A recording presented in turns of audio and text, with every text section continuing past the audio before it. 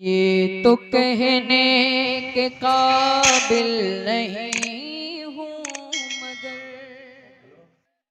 10 साल का बच्चा भी है, लिखना आए ना पढ़ना आए ना, खाली बोल दिया फला मौलाना की तकरीर हो सामने रखा है।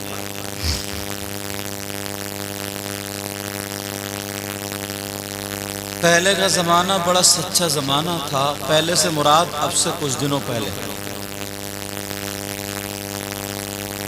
लोगों के पास पैसा तो कम था, मगर एक एक रुपया छना फटका था।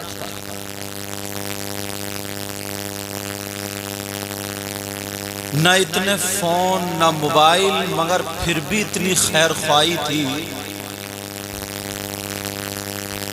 अगर एक दस्तरखान पर 3 भाई बैठे हैं तो अदब का ये आलम था कि छोटा भाई अपने सामने प्लेट बाद में रखता था, पहले बड़े भाई का इंतजार करता था। जी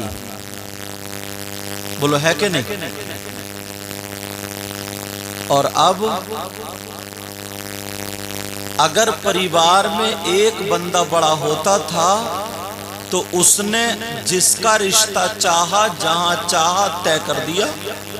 छोटे भाई की औलाद का भी रिश्ता तय कर दिया। तो छोटे भाई को ये हिम्मत नहीं हुआ करती थी, वो ये कह देता कि मैं अपनी बेटी या बेटे का वहां रिश्ता नहीं करूंगा। बेशक बेशक। बड़े भाई ने कर दिया तो कर दिया। मगर अब बाप अपने बेटे का अपनी मर्जी से रिश्ता करके दिखा दे। धमकियां देता घर से भागने की, धमकियां देता है मरने की, और अब धमकियां का अब तो भाग ही जाता है।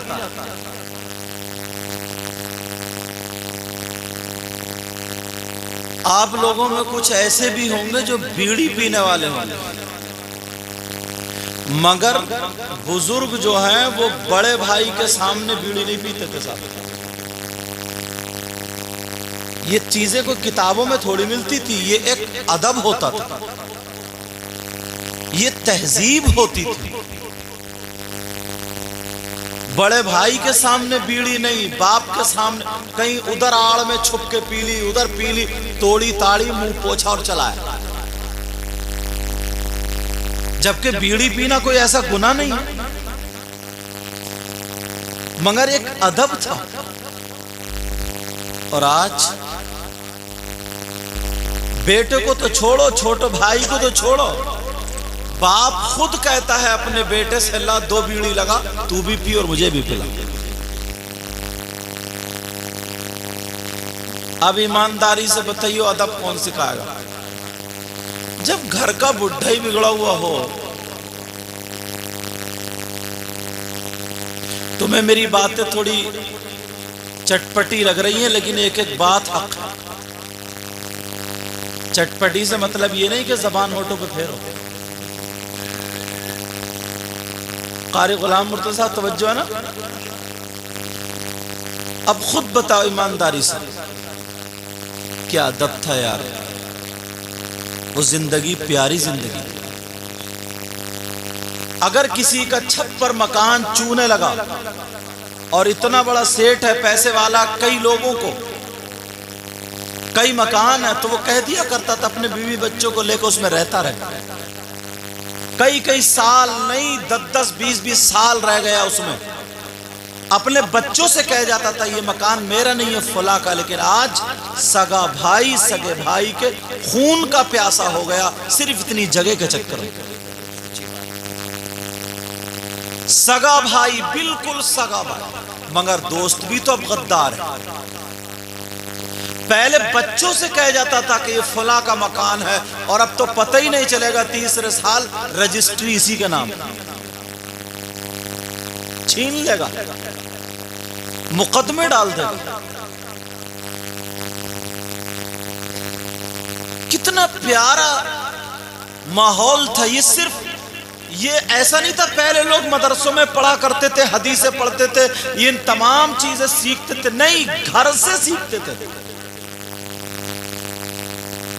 छोटा बड़े के सराहने नहीं बैठता था। बेटा बेटी बाप के सामने गूंगे हो जाते थे।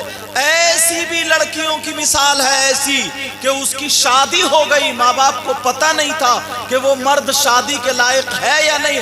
पूरी जिंदगी उस लड़की ने गुजार दी, मगर उसने घर आके शिकायत तक नहीं। बड़ी बात।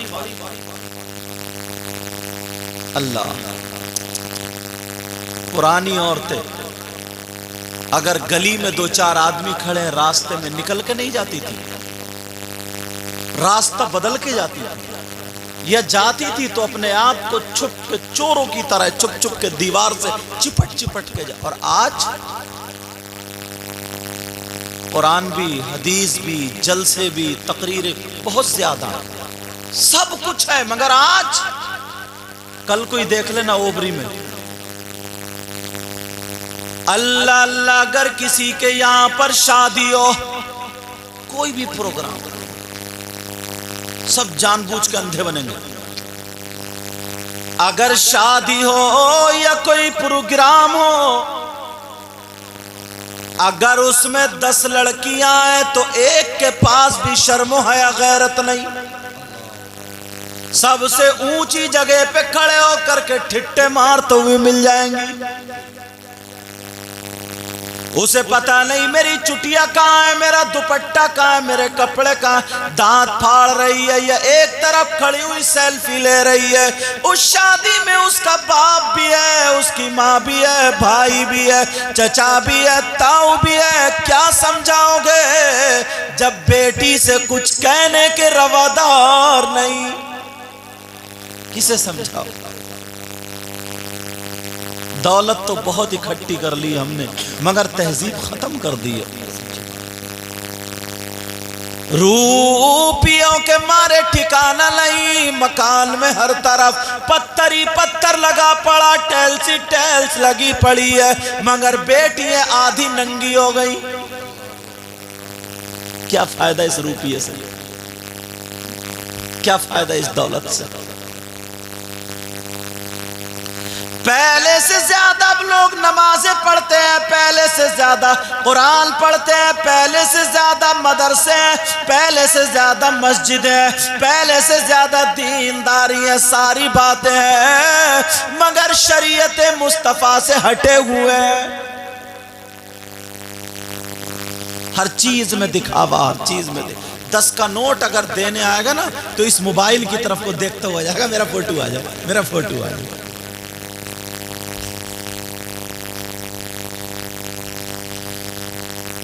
ना तुम्हारा नहीं आएगा, कोई बात नहीं, तुम्हारा पहले से ही है।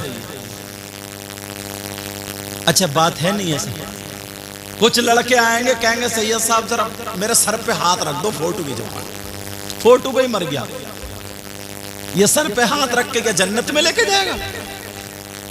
काश अगर आता सैयद रिजवान मियां साहिब, मुझे मस्जिद में बिठा करके तौबा करा दो, आज के बाद गुनाह नहीं करूंगा, तो खुदा की कसम तेरी मोहब्बत, तेरी तौबा, तेरा ये तरीका दुनिया में भी काम आता और आखिरत में भी काम आता।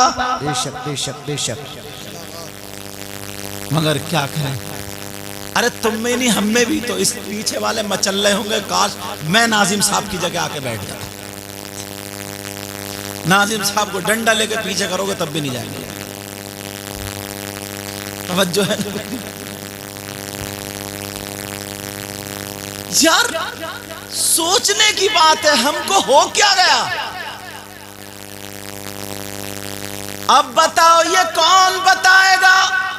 कितनी तकरीरें सुनते हैं, कितने सारे काम करते हैं, मगर बाप की हिम्मत नहीं है अपनी बेटी से कुछ कह दे। बाप की बस की नहीं है अपनी बेटी से कुछ कह दे। और अगर बाप को पता नहीं है तो माँ भी कुछ नहीं कह सकती। माँ सब कुछ देख रही है, मगर क्या करे, आदत वाले की आदत नहीं जाती। क्यों? कौन माँ कहेगी सिंगार मेज के सामने बेटी से ज्यादा माँ ने मेकअप किया? अल्लाह। वही माँ तो कहेगी जो नमाज पढ़ने वाली होगी, वही मां तो कहेगी इसका किरदार, करेक्टर, सारी चीजें अच्छी होंगी। बाकी वो मां नहीं कह सकती जो देखने में औरत लगती नहीं। वो भी कोई औरत है जो, क्या जुमला बोलूं, गैरों जैसा हुलिया बना लिया। अब तो वो जो बंबई की नचकैया औरतें जो हैं फिल्में बना रही है, कंजड़ी हैं, वो अद्धे अद्धे कपड़े पहन रही है, वो ही पूरा कल्चर हमारे घरों में आ गया। जिसके न दीन का ठिकाना न धर्म का ठिकाना। अल्लाह अल्लाह, अगर बाप या मां अपने घर में बेटियों को खाना बाद में देती, पहले सैयदा फातिमा की सीरत दे देती। सैयदा फातिमा की सीरत दे देती। आज कोई घर ऐसा नहीं है जिस घर में लड़ाई नहीं है मियां बीवी में। मियां बीवी में लड़ाई नहीं, साहब कोई घर ऐसा नहीं है। इसलिए सब के सब अच्छे लोगों की सीरत और जिंदगी से हटे हुए हैं। अगर जिंदगी को अपना लिया होता, सीरत को अपना लिया होता, तो खुदा की कसम कभी भी ये दिल देखना ना पड़ता। आज हम हुसैन पाक की बात करते हैं। हुसैन पाक की माँ को जरा देखो, सैयदा फातिमा की जिंदगी को जरा देखो। अल्लाह अल्लाह, सैयदा फातिमा का लिबास वो है जिनके लिबास पर टुकड़े यानी पेमत तो दिखाई दे जाता है, मगर सैयदा फातिमा का जिस्म दिखाई नहीं देता। बेशक बेशक बेशक। कहाँ है वो जिंदगी? दावे तो हम बहुत ऊंचे कर लेते हैं साहब। नारा लगवा दूं तो तुम लोग गला फाड़ लोगे नारा लगाते। हाथ उठवाऊं तो खुद उठ जाओगे आधे आधे। मगर सब धोखा हो गया, रस्मी चीजें हो गई। नारा लगाओ तो अपने कैरेक्टर से, अपने किरदार से नारा लगा कर। आज बाप है, सब कह दे कि हमें हमारे घर में बरकतें आनी चाहिए, मां भी कहे, लेकिन एक जिंदगी का अगर एक लम्हा भी आका की जिंदगी का, अल्लाह वालों की जिंदगी का एक लम्हा भी हमारे घर में आ गया तो लाखों रुपए से अफजल वाला है। आज 50 बच्चियों की जिंदगी इस बाप ने अपनी मूंछ, इस भाई ने अपनी मूंछ की बिना पर बर्बाद कर रखी। एक सैयदा फातिमा की जिंदगी का एक पहलू जो आका से मिलता है, उधर ही से मुंसलिक है। अगर इजाजत हो तो सामने रख दूं, फिर अपने घरों में देखिए। इससे 3 लोगों को नसीहत मिलेगी अगर नसीहत लेना चाहते हैं तो, वरना तो आदमी गर्दन भी कटा दे तब भी साथ, तब भी हाँ हाँ करता रहेगा, हाँ हाँ, और बस निकल जाएगा। घर में आग लग जाए, हजरत अल्लाह में एहसान साहब किबला, पहले के लोग दौड़ पड़ते थे कि चलो आग बुझाएंगे, आग बुझाएंगे, आग बुझाएंगे, और आज पता लग जाए आग लग जाए तो 10 लड़के मोबाइल निकाल के लाइव दिखा रहे, देखो फला के घर में आग लग गई। मोटरसाइकिल से दबा पड़ा है, वो कह रहे हैं मेरी मदद करो, मुझे बचा लो। कोई बचाने के लिए तैयार नहीं है, सिर्फ फोटो लेकर के उस पे डाला, व्यूज हासिल कर रहा है, पता नहीं कहां लेके जाए, कहां गई है खैर भाई। ऐसा नहीं है घरों में किसके नहीं हो।